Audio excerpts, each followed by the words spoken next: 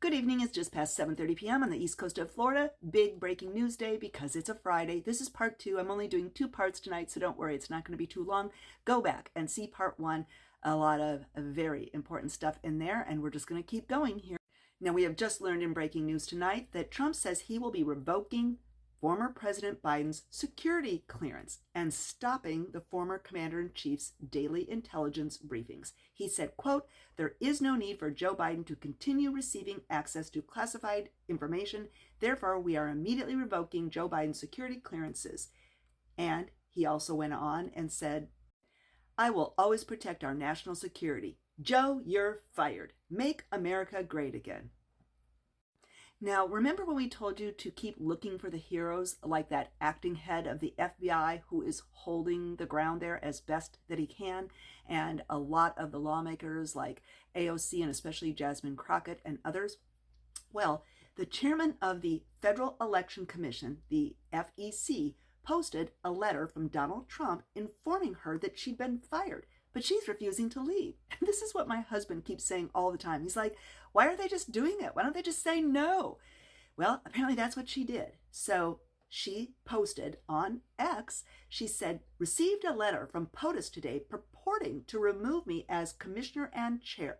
Her name is Ellen Weintraub, and she's a frequent critic of Trump. And she said, quote, "There's a legal way to replace FEC commissioners, and this isn't it." She was appointed to a 6-year term in 2002, and under federal law, she's allowed to remain a commissioner past the expiration of her term until a replacement is prepared to join the commission. Now, something that has gone rather unreported have been a lot of Trump's executive orders that I guess really are not going to appeal to MAGA because, as usual, they have nothing to do with the price of eggs or even immigration. His administration's Justice Department with Pam Bondi has been dismantling Biden-era programs, and this one in particular is aimed at seizing the assets of Russian oligarchs. So he's disbanding what is called the Task Force Klepto Capture, and this is one of several moves that has been undertaken by Trump's Justice Department under Attorney General Pam Bondi.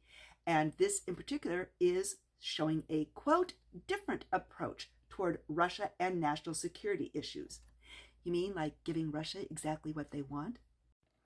Now, also very importantly, the department also ended the Foreign Influence Task Force, which was established in Trump's first administration to police influence campaigns staged by Russia and other nations aimed at sowing discord, and interfering in our elections, which has been proven to be a fact in every single one of the elections, and undermining democracy and spreading disinformation.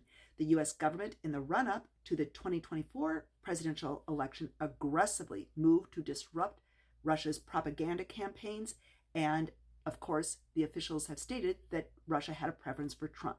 So in this memo to all employees, the Attorney General's office stated that attorneys assigned to those initiatives shall return to their prior posts.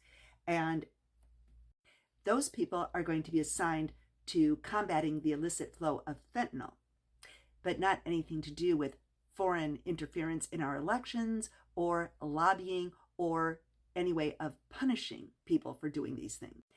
And again, even worse, they also shifted its approach to enforcing a World War II era law known as the Foreign Agents Registration Act.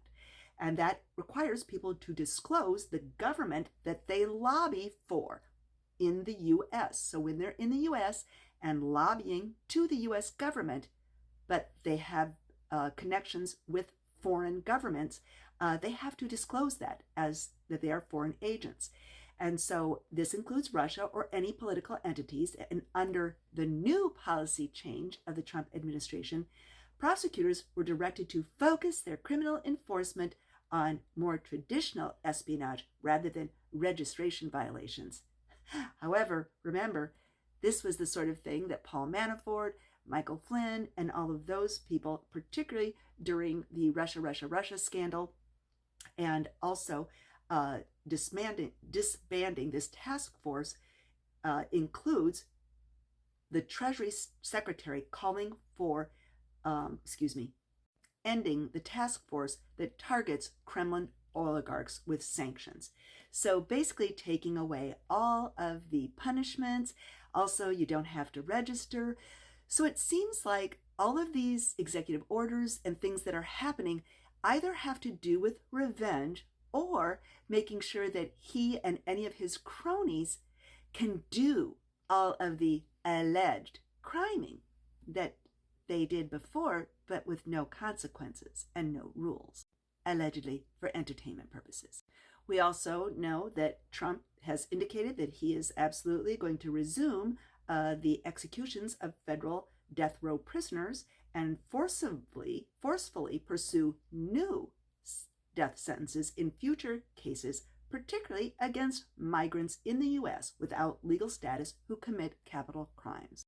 And also, we've learned that firefighter hiring at the federal level has been frozen and job offers rescinded and start dates pushed back just as the firefighting for federal staffing begins for the summer wildfire season. And that had just begun because it takes quite a bit of time to onboard, hire because of it being federal, and then also to train. And they're putting a freeze right at a critical time. And where are all those people that were screaming so loudly about what happened in California? Now, federal agencies that hire firefighters include the U.S. Forest Service, the Bureau of Land Management, and the National Park Service, and the U.S. Department of Fish and Wildlife. Also today, we just learned that Trump says he is firing Senator Kennedy Center board members, and he's naming himself as the chairman.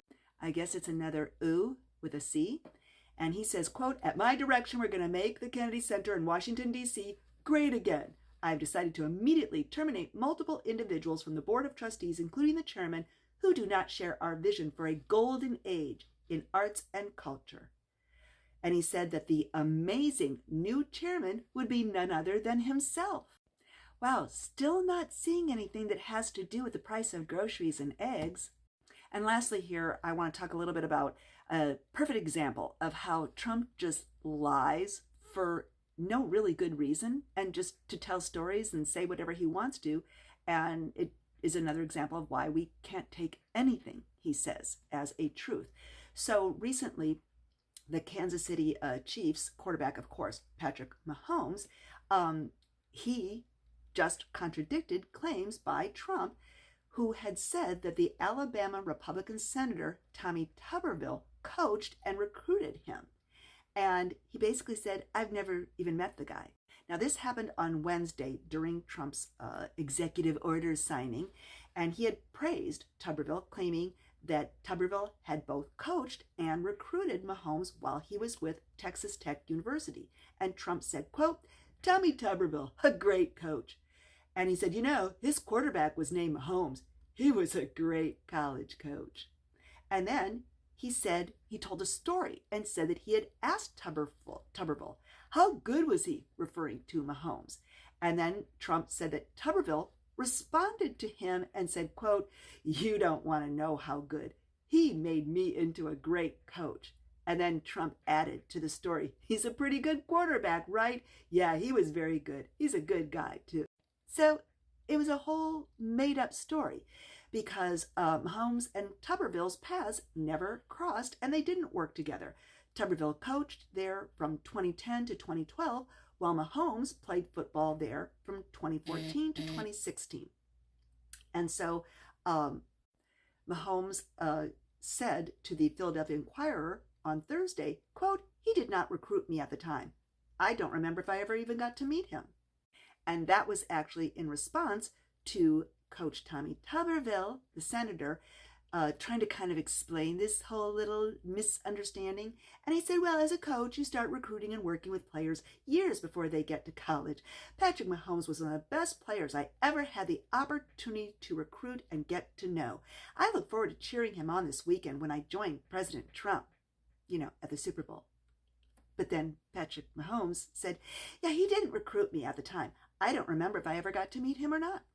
Wow. All right, Ray, that's it for tonight. Talk to y'all later.